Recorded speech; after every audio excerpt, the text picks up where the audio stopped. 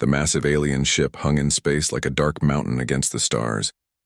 It was 10 times bigger than anything humans had ever built, its black metal surface covered with strange glowing symbols that pulsed with blue light. The ship floated near Earth's moon, casting a shadow that could be seen from the planet below. Inside the ship, Jake Murphy adjusted his tie and tried to look calm. He was a tall man with graying hair and steady brown eyes. 20 years ago, he had been a soldier, fighting in wars on Earth. Now he was Earth's top diplomat, chosen to speak for all of humanity. But nothing in his past had prepared him for this moment.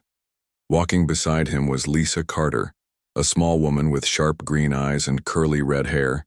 She studied alien life forms and cultures for the government. Her job was to understand how these creatures thought and acted. Right now she was more nervous than she had ever been in her life. "Remember what we discussed," Jake said quietly as they walked down the long metal hallway. "Let me do the talking. Just watch and listen." Lisa nodded. She carried a small device that would record everything they saw and heard. The information would be sent back to Earth instantly, where millions of people waited to learn their fate. The hallway was huge, built for creatures much larger than humans. Strange symbols covered the walls, and the air smelled like metal and ozone. Their footsteps echoed in the silence.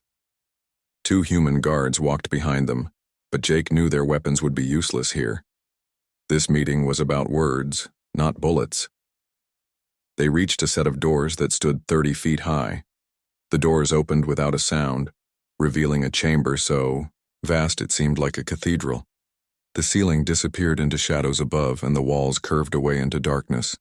In the center of the room stood a raised platform surrounded by 12 smaller platforms, each one glowing with different colored lights.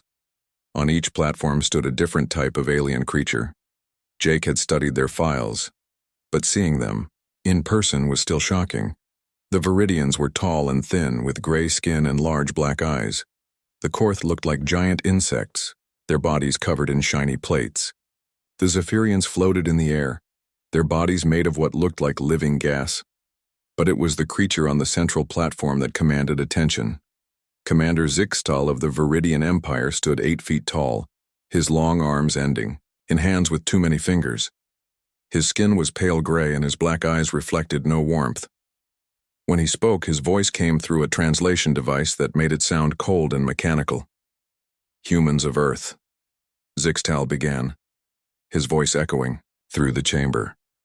"You stand before the Galactic Council, the rulers of this galaxy for 1,000 years.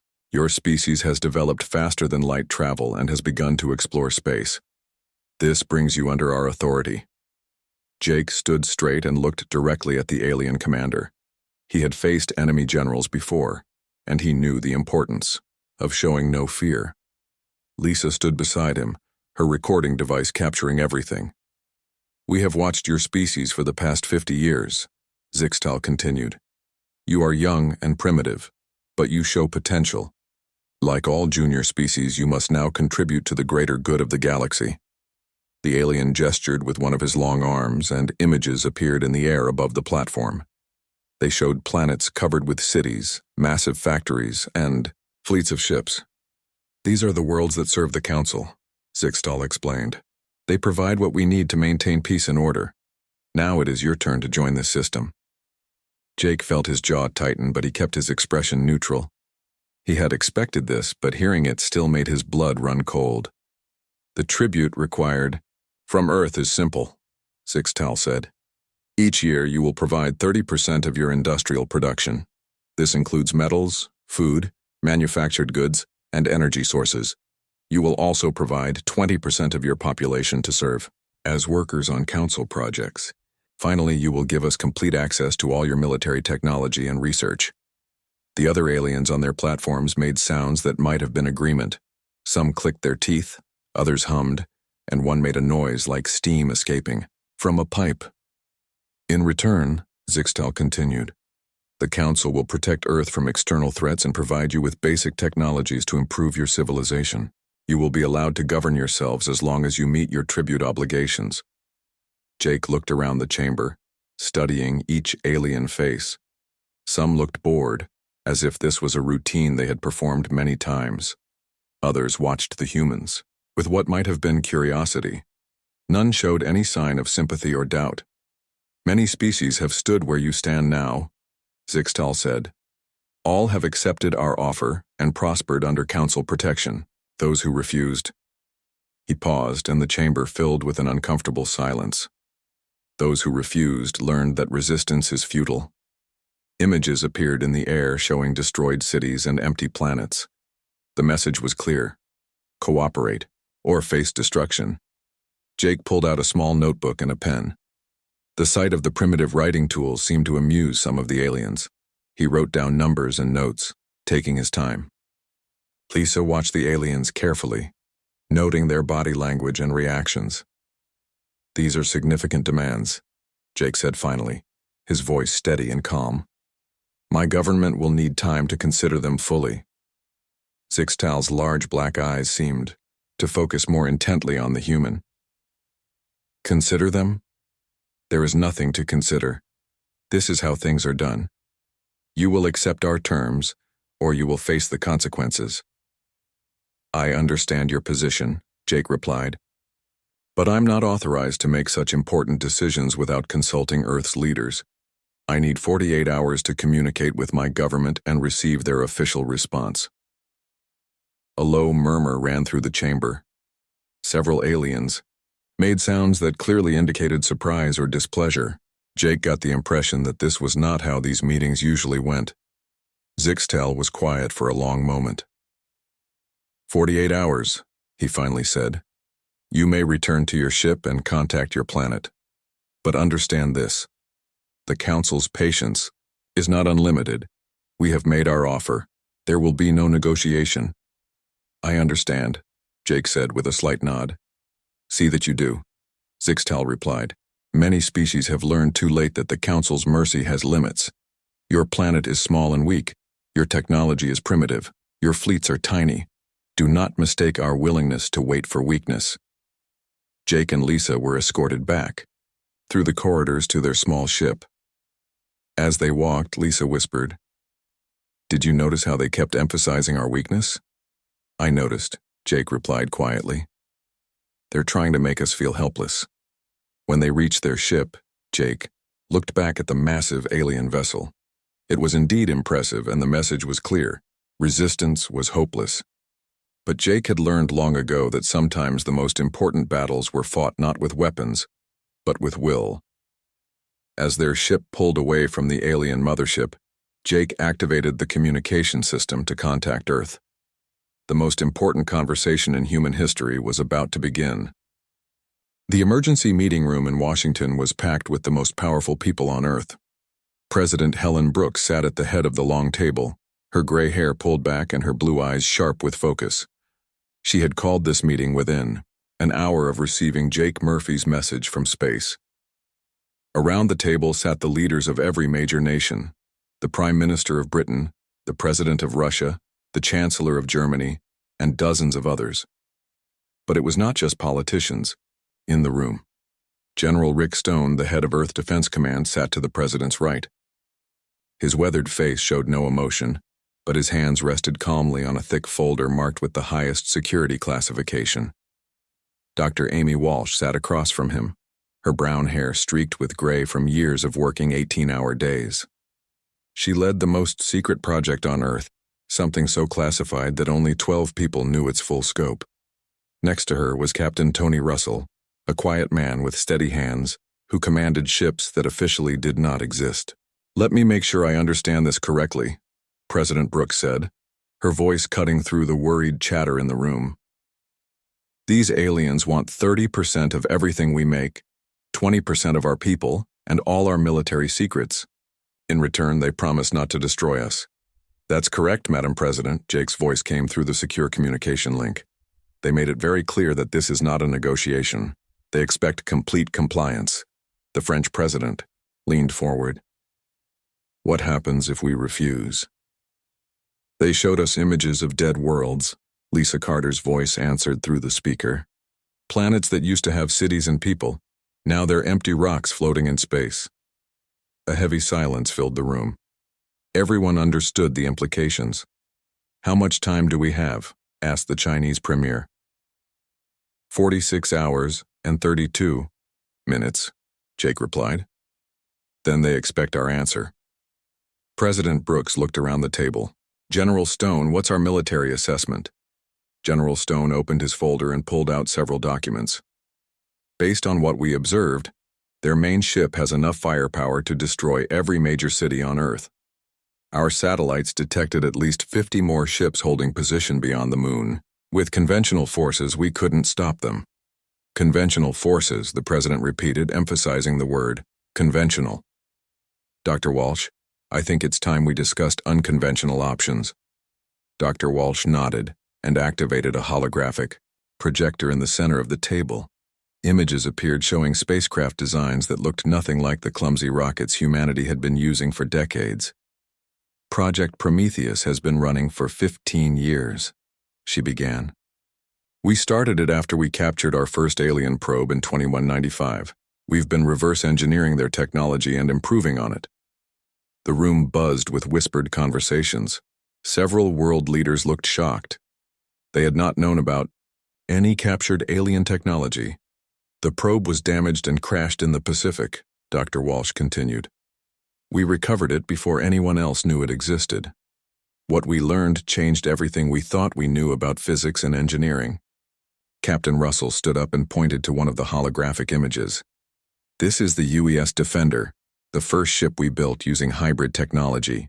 It's 3 times faster than anything the aliens showed us today, and it's been operational for 2 years. We've built 47 more just like it. 47 ships? The German chancellor asked. Where are they? Hidden throughout the solar system, General Stone replied. Asteroid bases, moon facilities, stations in the outer planets. We've been preparing for this day since we realized we weren't alone in the universe. President Brooks leaned back in her chair. What else haven't you told us? Dr. Walsh activated another set of images. We've developed shield technology that can stop their energy weapons. Our computers are faster than theirs. Our sensors can see through their stealth systems, and we've created weapons they've never encountered before. More importantly, Captain Russell added, we've been watching them. We have spy satellites in 17 different star systems. We know where their bases are, how many ships they have, and how they communicate with each other. The British Prime Minister shook his head. This is incredible. But even with all this, can we actually fight an empire that controls the entire galaxy? General Stone smiled for the first time in the meeting. That's the thing about empires. They look strong from the outside, but they have weaknesses. Our intelligence shows that most of their member species hate the tribute system. They only cooperate because they're afraid. Their military hasn't fought a real war in 300 years, Captain Russell continued.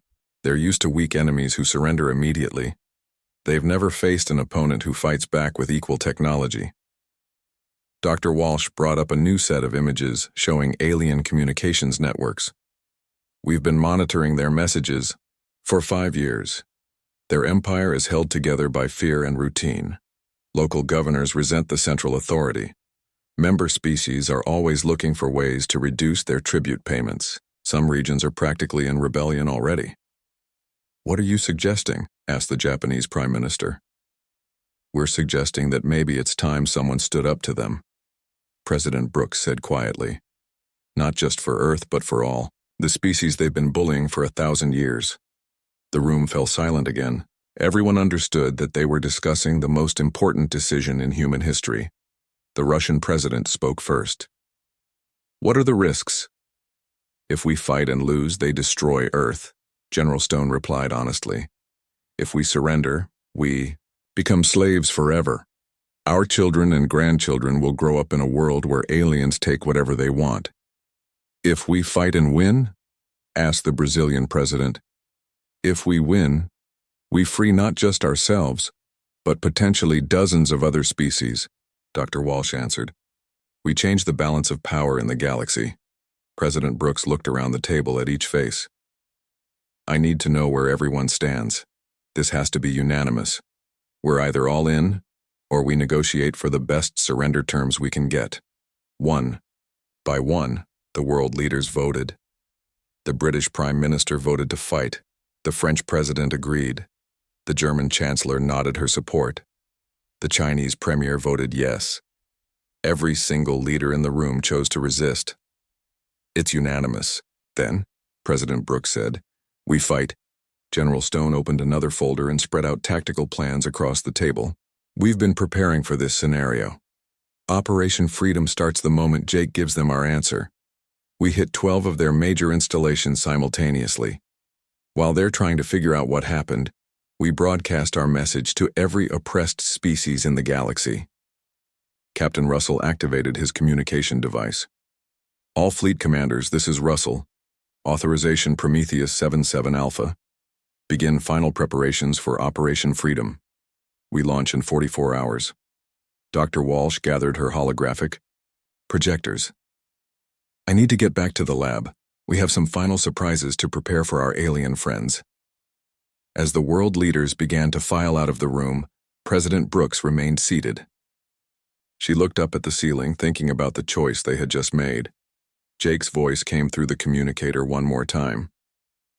"Madam President, what should I tell them?" President Brooks smiled grimly. "Tell them humanity chooses freedom." Jake Murphy walked back into the Alien Council chamber with steady steps. This time he was not alone. General Rick Stone walked beside him, his military uniform clean and pressed.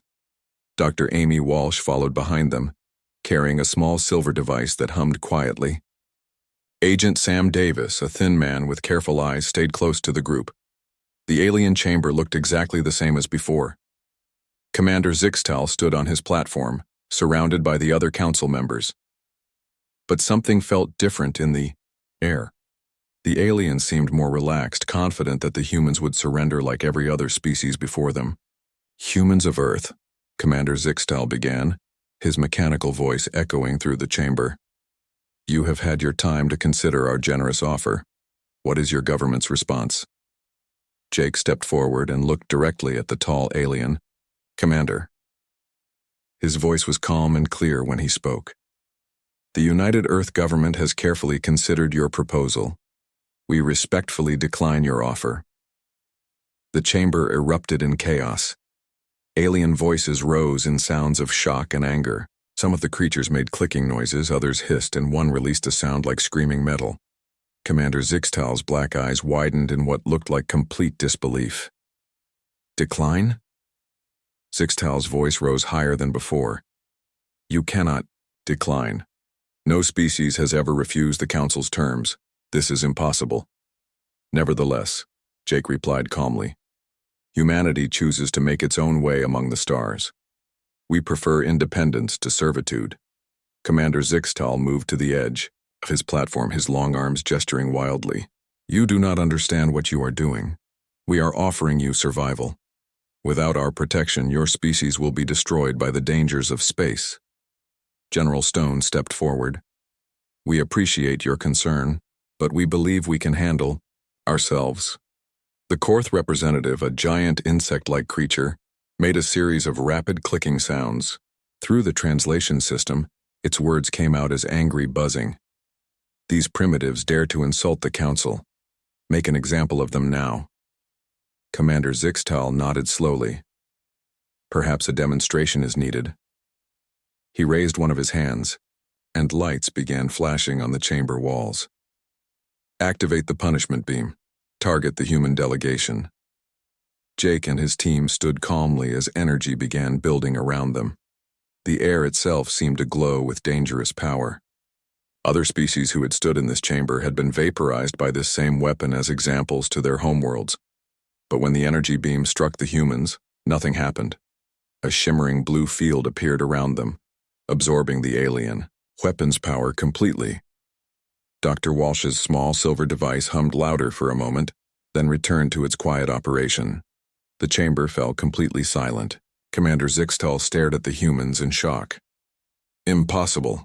Our weapons are the most advanced in the galaxy." Dr. Walsh smiled slightly. "Your weapons are quite impressive, but we've had 15 years to study alien technology and improve upon."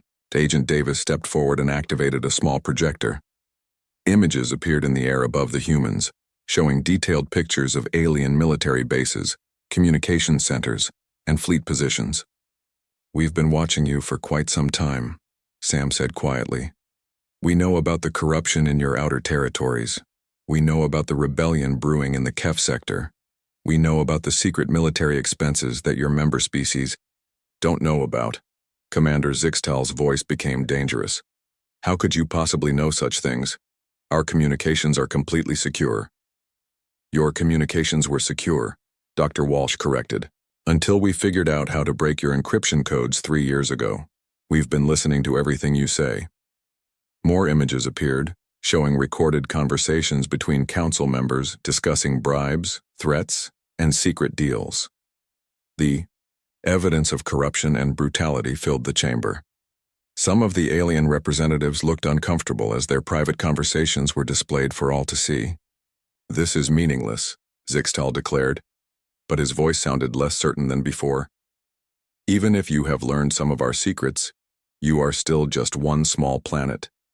We control thousands of worlds and millions of ships." Jake pulled out his communication device. "Admiral Kate Johnson, please report our current status." A clear female voice filled the chamber through the human communicator. "All human fleets are in position, Ambassador Murphy. We have successfully deployed forces to 12 target locations without being detected by Council sensors." The alien representatives began making alarmed sounds. Several moved closer to their own communication panels, trying to contact their military commanders. "Impossible," Commander Zixtal repeated, but now his voice shook slightly. "Our sensor networks would detect any approaching ships." "Your sensor networks are quite good," Admiral Johnson's voice continued from the communicator. "But they weren't designed to detect ships using quantum stealth technology. We've been studying your detection methods for years." Dr. Ben Parker's voice joined the conversation from somewhere in space. "I'm currently aboard the UES Freedom, sitting 2 kilometers from your primary military base at Zerion. Your guards haven't noticed us yet." One by one, other human ship commanders reported their positions. They were hidden near Council installations throughout the galaxy, completely invisible to alien sensors. The scope of human infiltration became clear as more voices joined the communication. Commander Zixtal frantically activated his own communication system. "Base Command, report status immediately." Static filled the air for several long moments before a panicked alien voice responded. "Commander, we are detecting multiple unknown contacts. They appeared out of nowhere. Our defensive systems cannot lock onto them." Similar reports came from other Council bases. Confusion and fear replaced the earlier confidence in the alien voices. Jake raised his hand and the human communications fell silent. "We're not here to destroy you," he said to the shocked aliens. "We're here to offer you a different choice." "What choice?" Zixtal demanded. General Stone stepped forward. "The choice to end the tribute system peacefully. The choice to transform your empire into a confederation of free species. The choice to rule through cooperation instead of fear." "And if we refuse?" asked the Zephyrian representative, its gaseous body swirling with nervous energy. "Then you'll discover that humanity is very good at fighting wars," Jake replied simply. "We've been doing it for thousands of years. It's one of our specialties." Agent Davis activated his projector again, showing images of human military technology. Ships that moved faster than Council vessels. Weapons that could pierce their strongest shields. Defensive systems that made their attacks useless. "But war doesn't have to be the answer," Jake continued. "We're offering you a chance to evolve, to become something better than an empire built on fear." Commander Zixtal looked around the chamber, at his fellow Council members. Many of them appeared deeply shaken by what they had witnessed. The comfortable certainty of their superiority had been shattered in a matter of minutes. "You would destroy the order that has kept peace in the galaxy for 1,000 years, Zixtal said, but his voice lacked its earlier authority.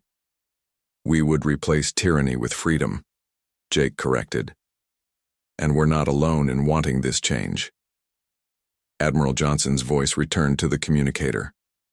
"Ambassador, I'm receiving communication requests from 17 different species. Word is spreading quickly about what's happening here." The implications were clear. If humanity could successfully challenge the Council, other oppressed species might find the courage to do the same. The empire that had seemed unshakable was beginning to crack. Jake looked around the chamber one final time. The choice is yours, Commander Zixtal. But choose quickly. The galaxy is watching. The council chamber had never been so quiet. Commander Zixtal stood frozen on his platform, his large black eyes moving from one human to another. The other alien representatives whispered among themselves in their strange languages, but their voices carried fear instead of anger. Outside the chamber, the galaxy was already changing. Reports flooded in from across council space as word spread about humanity's defiance. On distant worlds, oppressed species were gathering in secret meetings. Some were organizing protests. Others were preparing for revolution. Admiral Kate Johnson's voice crackled through Jake Murphy's communicator with the first battle report. Target Xerion base is under attack. Colonel Pete Williams and his team have successfully destroyed their main weapons factory. The alien defenders were completely unprepared for our assault tactics. Jake listened calmly, while the alien council members erupted in panicked conversations. Commander Zixtal activated every communication channel he had, desperate to contact his military commanders across the galaxy. Xerion base, respond immediately, Zixtal commanded into his translator device. Static filled the air for several seconds before a shaky alien voice replied. Base command here. We are under attack by unknown forces. They appeared inside. Our our defensive systems are not working against their weapons. Colonel Williams' confident voice cut through the alien communications. This is Colonel Pete Williams of the Earth Defense Force. Xerion base weapon systems have been permanently disabled. Your personnel are unharmed, but this facility will no longer produce instruments of oppression. Similar reports began coming from other human strike teams across the galaxy. Captain Tony Russell's forces had taken control of a major council communication hub. Commander Susan Lee's ship, the UES Freedom, had defeated 3 council warships in open battle. Dr. Carl Henderson's experimental weapons were proving devastatingly effective against alien defenses, but the most shocking news came from an unexpected source. Agent Sam Davis activated his communication device and patched in a call from the Altari homeworld, one of the Council's oldest member species. This is Prime Minister Vexa of the Altari Republic, a translated voice announced. We hereby declare our independence from the Galactic Council. We will no longer pay tribute to an empire built on fear and oppression. Commander Zixtal's tall form swayed as if he had been physically struck. The Altari cannot leave the Council. Their treaty obligations are void, Prime Minister Vexa interrupted. Treaties signed under threat of destruction have no legal standing. We choose freedom as the humans have shown us we can. More voices joined the communication channel. The Kelvin Confederacy announced their independence. The Thraxian colonies declared self-governance. The Morph Collective stated they would no longer provide tribute. Species that had been silent for centuries were finding their voices. Dr. Amy Walsh stepped forward with her silver device still humming. Commander Zixtal, perhaps now you understand what's happening. Your empire wasn't held together by respect or loyalty. It was held together by fear. And fear only works until someone proves it's not necessary. The Korth representative, the giant insect creature, made angry clicking sounds. You have doomed the galaxy to chaos. Without council authority, there will be wars between species. Planets will destroy each other. General Rick Stone shook his head. You're thinking like tyrants. Free species don't automatically fight each other. They trade, they cooperate, they solve problems together. It's oppressed species that fight, because they have no other choice. Commander Susan Lee's voice came through the communicator with an update that changed everything. Admiral Johnson, I'm receiving surrender signals from the Council fleet at Proxima Station. They're requesting terms. Jake looked directly at Commander Zixtal. Your military commanders are practical people. They can see which way this is going. Dr. Henderson's voice joined the communication from his research ship. The quantum disruption field is fully deployed. Council communication networks are completely down across 17 sectors. Local administrators can't receive orders from Central Command. The alien empire was falling apart in real time. Without instant communication, the vast bureaucracy that controlled thousands of worlds couldn't function. Local governors who had always followed orders from above were suddenly making their own decisions. Commander Zixtal made one final attempt to maintain control. Even if some regions rebel, the Council still controls the core worlds.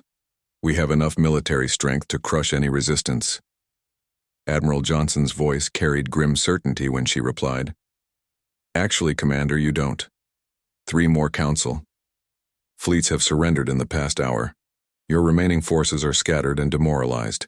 Most of your member species are either in open rebellion or refusing to follow orders." Jake walked closer to Zixtal's platform.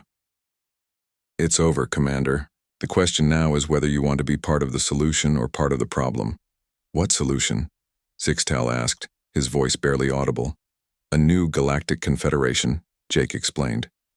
"Based on voluntary cooperation instead of forced tribute. Member species govern themselves and contribute what they choose to contribute. Trade benefits everyone. Knowledge is shared freely. Disputes are settled through negotiation, not threats." The Zephyrian representative, its gaseous body, swirling with nervous energy, spoke up. "And who would lead this confederation, the humans?" "No one would lead it," General Stone answered. "That's the point. It would be governed by representatives from all member species, making decisions together." Dr. Walsh activated a holographic display showing a proposed governmental structure. "We've studied your current system and designed something better. Equal representation, democratic decision-making, and protection for minority species." Agent Davis added the final piece of information that sealed the Council's fate. "We've also been in contact with the Galactic Commerce Guild. They're prepared to support the new confederation with full trade agreements. Even your merchants want change." Commander Zixtal looked around the chamber at his fellow council members. The Altari platform was already empty. Their representative had left to return home. The Korth delegate was speaking rapidly into a private communicator, probably trying to negotiate the best terms for his species. Others were clearly considering their options. "If we agree to these changes," Zixtal said slowly, "what happens to the current council leadership?" Jake's expression softened slightly. "That depends on you. Leaders who help with the transition will be treated with respect. Those who try to maintain the old system through violence will be stopped." Admiral Johnson's voice provided the final update that ended the old empire forever. "Jake, I'm receiving word that the Council's 3 largest member species have just announced they're joining the new confederation. The empire is finished." Commander Zixtal stood in silence for a long moment, processing the complete collapse of everything he had known. When he finally spoke, his voice was different, quieter, almost humble. "What do you need from us?" Jake smiled for the first time since entering the chamber. "Help us build something better. Use your experience to make sure the new system works, for everyone, not just the powerful." 6 months later, Jake Murphy stood in a very different chamber. Instead of alien platforms arranged to show dominance, there were simple tables arranged in a circle. Representatives from 47 different species sat together as equals, debating trade agreements and scientific exchanges. Commander Zixtal, now calling himself simply Zixtal, served as the Confederation's Secretary of Interspecies Relations. He had proven surprisingly good at the job once he stopped trying to intimidate everyone. The former Galactic Council was now a museum. School. Children from dozens of worlds came to visit and learn about the old days when fear ruled the galaxy. Most of them couldn't understand how such a system had lasted so long. Jake often walked through the old chamber during quiet moments, remembering the day when a simple word, "no," had changed the course of galactic history. Humanity had proven that sometimes the youngest voice in the room has the most important things to say. The tribute system was dead. Freedom had taken its place, and the galaxy was better for it.